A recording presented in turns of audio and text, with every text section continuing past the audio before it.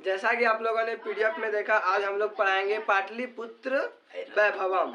ठीक है, द्वितीय पाठ कहता है बिहार राज्य से राजधानी नगरम पाटलिपुत्रम सर्वेषु कालेषु महत्वम धारयात्। बिहार राज्य की राजधानी पटना सभी कालों में महत्व को धारण किए हुए है। अस्य इतिहास, इसका इतिहास हजारों हजार साल पुराना है।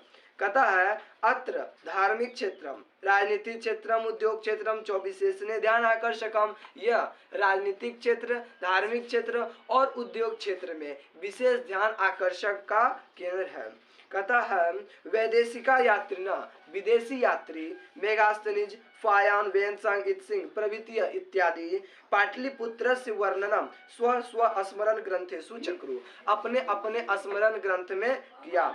पाठेस्मिन, इस पाठ में पाटलिपुत्र वैभवस्य सामान्य परिचयो वर्तते। इस पाठ में पाटलिपुत्र का वर्णन का सामान्य परिचय है। अब हम लोग स्टार्ट करेंगे इसके कहानी पर। ठीक है, चलिए सबसे पहले देख लीजिए, यहाँ आपका किताब यदि निकाल के रखे हैं तो आपको गोल घर का फोटो दिख रहा होगा। यह पटना का गोल घर है।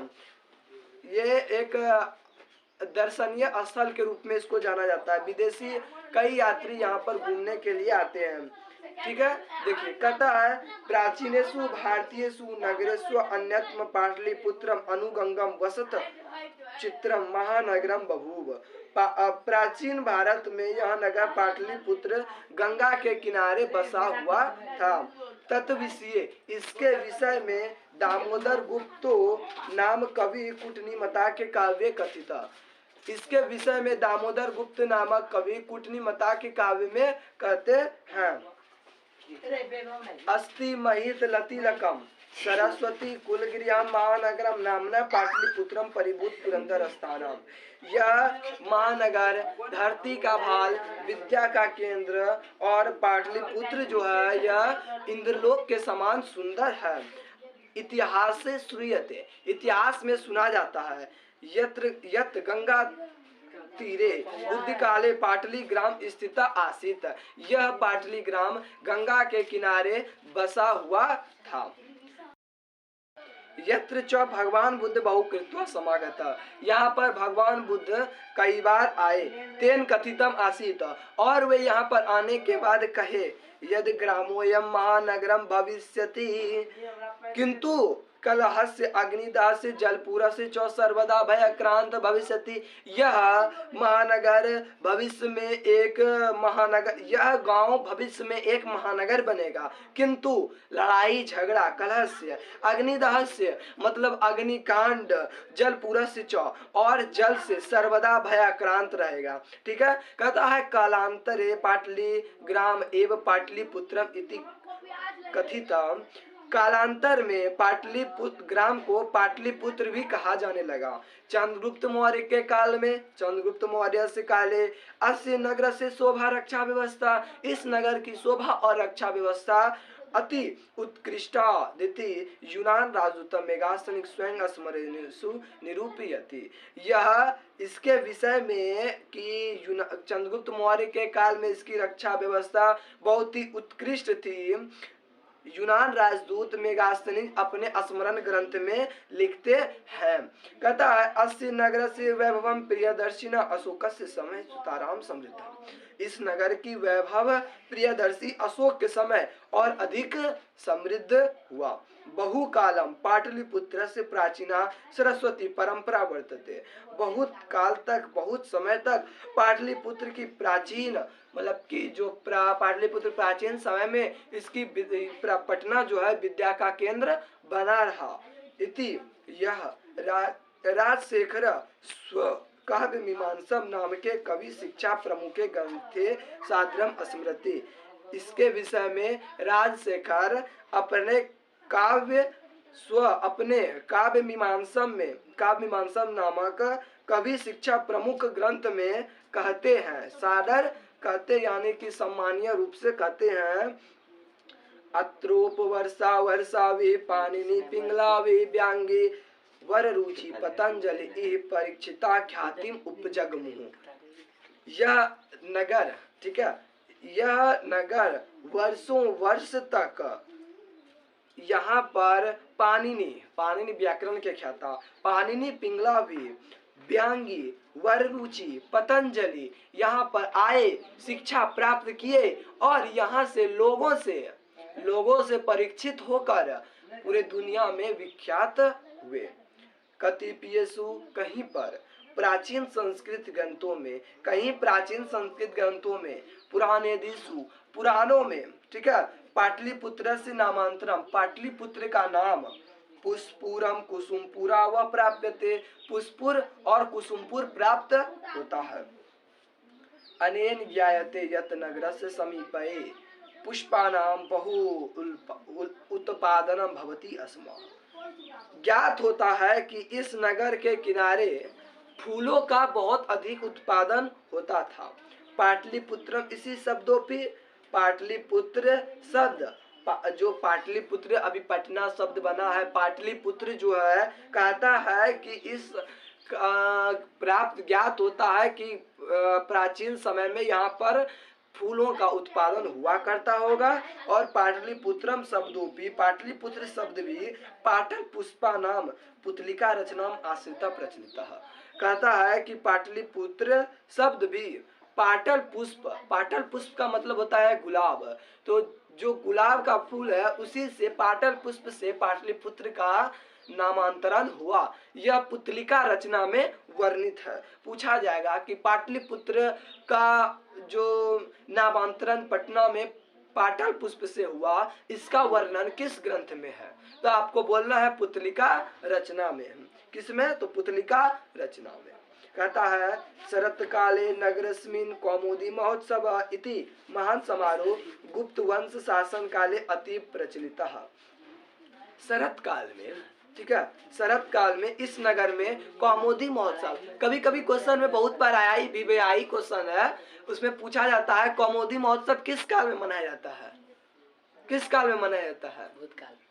शरत काल में मनाया जाता है। शरत काल में कौमुदी महोत्सव मनाया जाता है। शरत काले नगरेस्मिन्, शरत काल में इस नगर में कौमुदी महोत्सव मनाया जाता है। इति महान समारोह, यह एक महान समारोह है। गुप्त वंश शासन काले, गुप्त वंश के शासन काल में यह, ठीक है, गुप्त वंश के शासन काल में यह अतीव प्रचलित, बहुत अधिक प्रचलित हुआ। तत्र सर्वे जना आनंदम मग्न अभवुवन, इस समय सभी लोग आनंद मग्न रहते हैं। संप्रति इसको दुर्गा पूजा अवसरे तदृशा एवं समारोह दृश्यते, इस समय इसे दुर्गा पूजा के अवसर के रूप में देखा जा सकता है। काल चक्रवसाद समय बीतता गया, कहता है यद्यपि मध्यकाले पाटलिपुत्रम वर्षा सहस्त्र परिमितम जीर्णता मनोभूत, समय बीतता गया, मध्यकाल में पाटलिपुत्र जो है वो क्या हो गया? पिछड़ गया। मध्यकाल में पाटलिपुत्र क्या हो गया? पिछड़ गया। तस्य संकेता, इसका संकेत अनेकेषु, अनेक साहित्य ग्रंथेषु, साहित्य ग्रंथ में मुद्रा राक्षस, ठीक है, मुद्रा राक्षसादिषु लभ्यते, इसका वर्णन, इसका संकेत अनेक साहित्य ग्रंथ में जैसे मुद्रा राक्षस में पाया जाता है। लभ्यते मतलब पाया जाता है। मुगल वंश काले अस्य नगरस्य समृद्धरो जातः, मुगल वंश के काल में इस नगर की समृद्धि हुई।